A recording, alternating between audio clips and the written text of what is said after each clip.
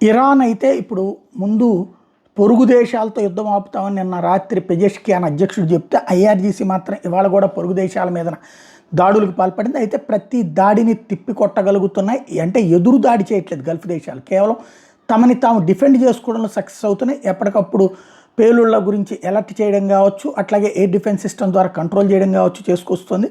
తాజాగా పూర్తి స్థాయి యుద్ధానికి మేము సిద్ధంగా ఉన్నామని ఇంకొక వైపున ఇరాన్ చెప్పుకొస్తోంది.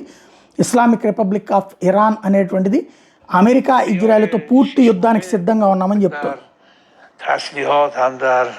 راهبرد هم در تاکتیک ابتکار عمل ذراتخانه موشک‌های سنگین بالستیک کروز انواع پهباد و شناورهای تهاجمی متناسب با یک جنگ گسترده، یک جنگ تمام عیار، یک جنگ طولانی تامین شده. نیروهای مسلح توانمند ما مقتدر جمهوری اسلامی حداقل برای یک جنگ تمام عیار 6 ماهه భారీ విధ్వంసం భారీ నష్టం అయితే అమెరికాకి చూపెడతాం, మా దగ్గర డ్రోన్స్ మిస్సైల్స్ పెద్ద ఎత్తున నిల్వ చేసి ఉంచాం, ఎక్కడ దాకా చేయాలో అక్కడ దాకా చేసి తీరుతాం, వాళ్ళిద్దరికీ బుద్ధి చెప్తామని చెప్తోంది ఇరాన్.